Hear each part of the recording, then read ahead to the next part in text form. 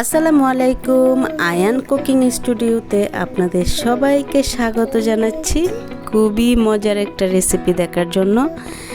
এক টুকরো চিকেনের মাংস দিয়ে অসম্ভব মজার এই রান্নাটা করা যায়, আমি কল্পনাও করতে পারিনি। তো ভাবলাম আপনাদের সাথেও শেয়ার করি। এই তরকারিটা কিন্তু রুটি, পরোটা কিংবা লুচির সাথে খেতে অসম্ভব মজার হয়। আপনারা একবার হলেও ট্রাই করবেন। খুব সহজ ওয়েতে গড়ে থাকা অল্প উপকরণ দিয়ে এই রান্নাটা করা হয়। তো চলুন দেখে আসি আমি কিভাবে করেছি। প্রথমে চুলায় আমি প্যান বসিয়ে পরিমাণ মতো এখানে তেল দিয়ে দিয়েছি, আর তেলের পরিমাণটা অবশ্যই একটু বাড়িয়ে দিতে হবে। দিয়ে তেলটা যখন গরম হয়ে যাবে এখানে অ্যাড করে দিচ্ছি 1 টেবিল চামচ রসুন পেস্ট, আর দিয়ে দিচ্ছি হচ্ছে 1.5 টেবিল চামচ পরিমাণ হবে পেঁয়াজ পেস্ট, আর হচ্ছে আদা পেস্ট হবে 1 টেবিল চামচ পরিমাণ। দিয়ে এটাকে আমি ব্রাউন কালার করে ভেজে নিব। কিছুক্ষণ ভাজা হয়ে গেলে এখানে অ্যাড করে দিচ্ছি আমি তেজপাতা 3 টুকরো, আর দিয়ে দিচ্ছি এলাচ 4-5টা, আর 2 টুকরো দিয়ে দিচ্ছি দারচিনি।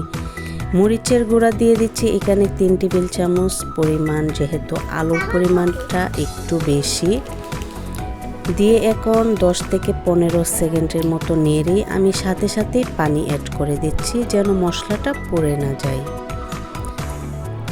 এই পর্যায়ে দিয়ে দিচ্ছি হলুদের গুঁড়া 1 টেবিল চামচ, আর ধনিয়া গুঁড়া দিয়ে দিচ্ছি 1 টেবিল চামচ।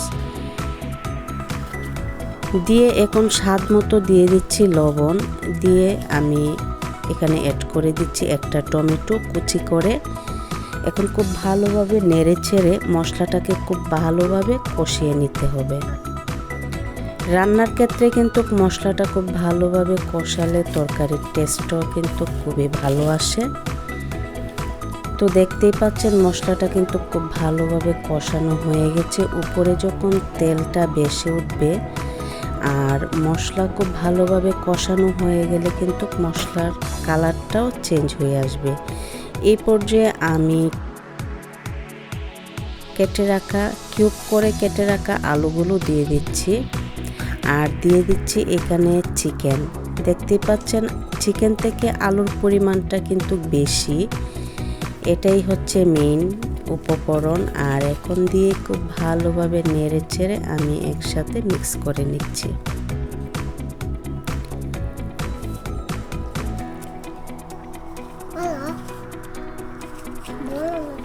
খুব ভালোভাবে যখন মিক্স করা হয়ে যাবে তো এই পর্যায়ে আমি দিয়ে দিচ্ছি এখানে টালা জিরা গুঁড়া প্রায় 1.5 টেবিল চামচ পরিমাণ।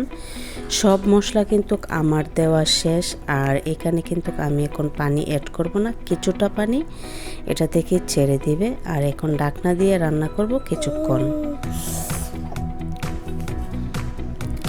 ঢাকনা দিয়ে রান্না করার মধ্যে দেখতে পাচ্ছেন অনেকটাই পানি কিন্তু ছেড়ে দিয়েছে, আর আমি কোনো প্রকার পানি অ্যাড করব না। মিডিয়াম টু হাইয়ে এভাবে রান্না করব যতক্ষণ না পর্যন্ত হয়ে আসে।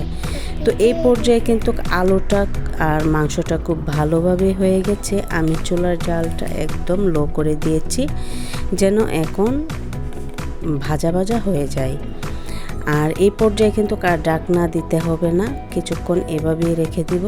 তো এই তো তৈরি হয়ে গেল মজাদার এক টুকরো চিকেন দিয়ে খুবই মজাদার একটা রেসিপি। খেতে কিন্তু অসম্ভব মজার, আপনারা একবার হলেও ট্রাই করে দেখবেন। তো আমি খুব সহজ ওয়েতে রান্নার রেসিপিটা শেয়ার করলাম, আশা করছি আপনাদেরও কাজে আসবে। বিশেষ করে আমরা কিন্তু চিকেনের বুকের মাংসটা খেতে আমরা পছন্দ করি না, তো এভাবে ঝটপট কিন্তু তৈরি করতে পারেন। তো ভিডিওটি যদি আপনাদের ভালো লাগে ফ্রেন্ডস অ্যান্ড ফ্যামিলির সাথে শেয়ার করবেন। যারা ফেসবুক পেজ থেকে দেখছেন প্লিজ ফলো করে দেবেন, আর যারা ইউটিউব থেকে দেখছেন প্লিজ সাবস্ক্রাইব করে দিবেন। সবাই অনেক বেশি ভালো থাকবেন, আমাদের জন্য দোয়া করবেন, আর ইফতারিতে এই রেসিপিটি ট্রাই করবেন। তো আল্লাহ হাফেজ।